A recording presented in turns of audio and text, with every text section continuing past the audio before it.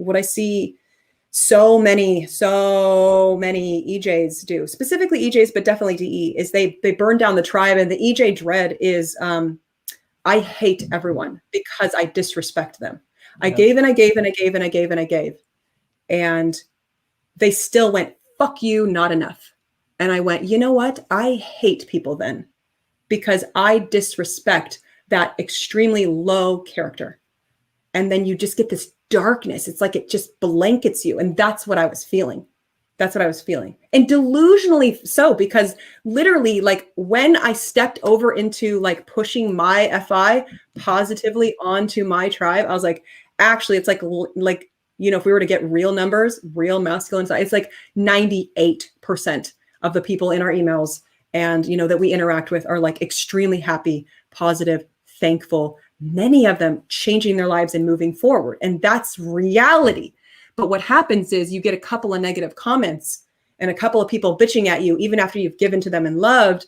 And it's just like, it's cancer, it like takes over, just like permeates in darkness. And then you start seeing things, especially EJs, the decider shit, it starts feeling like everyone is like that. Oh, that one darkness, that one person that is bitching and permeating their negativity, it's pouring over everyone. And it's like, hey, fucker, the amount of people that you've literally like given and connected in love and then have actually told you I'm moving up in life because of you. Go back and look at reality of that. You've been putting in your time in love and connection. Get back to that FI space. Because you know, you got to choose that, like having standards on yourself. I will not stay emotionally stuck. And that is a standard that you could be using for your own self as I want to be this person. So if you want to be this person on your videos, like, how do you genuinely fall in love with every single person that comes on your show? Well, you better fall in love with you, and you better know who you want to be. And you better go into Reggie's FI and resolve all that darkness and say, I love you. I care about you. I see all this shit. That did hurt. How do we remove ourselves from that hurt? Oh, don't be in need. That one might help. Yeah. How do I give myself back that power so I'm not a victim? So I'm not in need from something outside of myself. And if you set standards on yourself, like I did, you know, I can't believe I let that go on for so long, but it got me out. My standards got me out because, you know, I'm gonna fucking mess up again. I may mess up tomorrow, you know. But those standards keep you on track for, this is who I want to be. These are my FI, you know, for you, FI, SI standards. Here's who I want to be.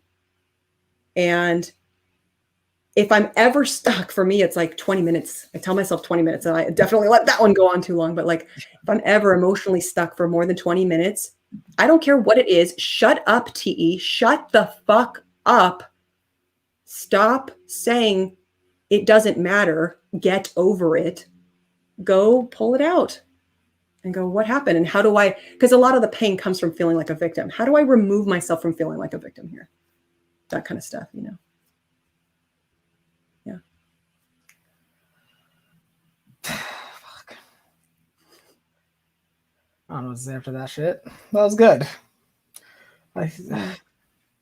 I'm not the best at that, but I think and this, so okay, actually this actually helps me understand why you brought up the manifesto. I was confused by that when you did that. Yes, good. Yes. I was very confused. I was like, why the fuck? Thank you. Thank you for hearing me. That's what I meant. Yeah, it's basically because in the manifesto, my manifesto, I mean, part of it was I was just following Gary V's Love Ice, so that's my DE blame. Boom. Good place to start. Comma. I did genuinely. Yeah, it's both. You know. Comma. Yeah, it's. I think it's because for me, I genuinely, and this is what scares me because it's embarrassing and it like, but it's like I do think I can have like a global impact, like, and I think OP can have like already has a global impact actually, technically. Yeah. So for me, I'm like, okay, well, this is easy. I'll just kind of help push this along. Yeah.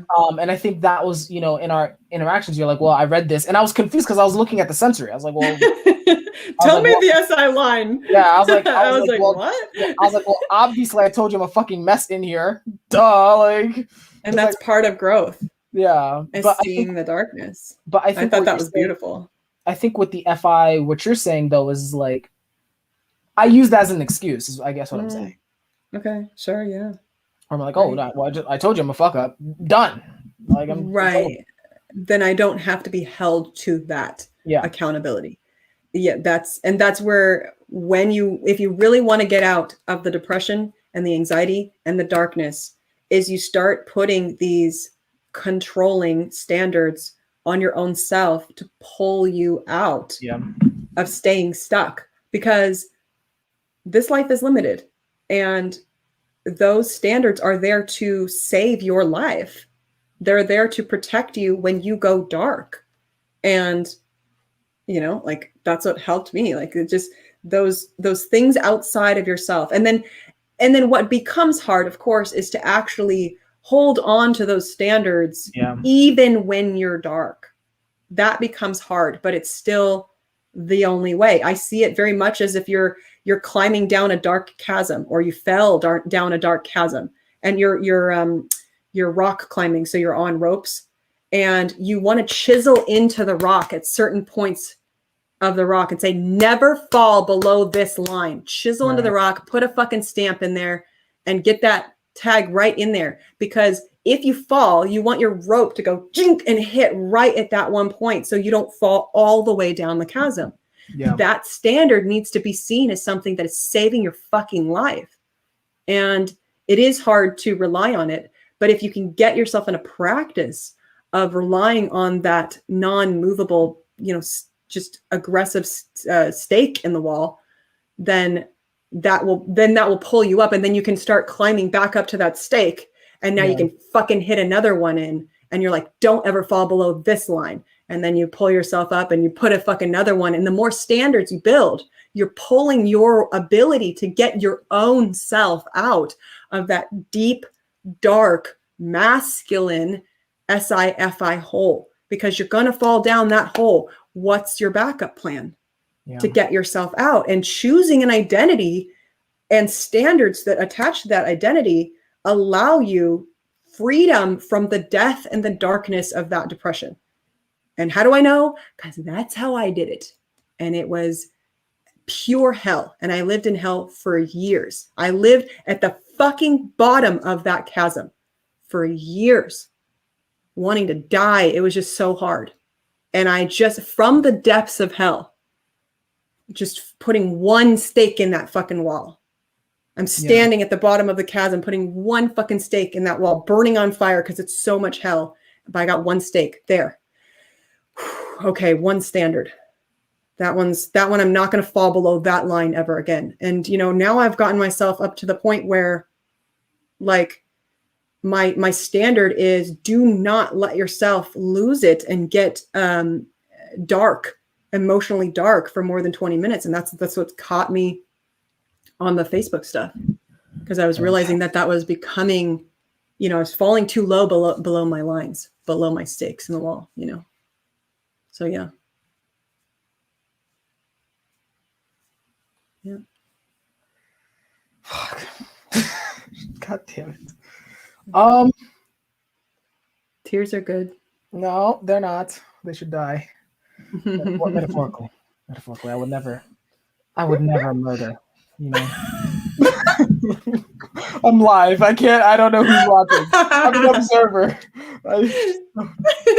I love Annie.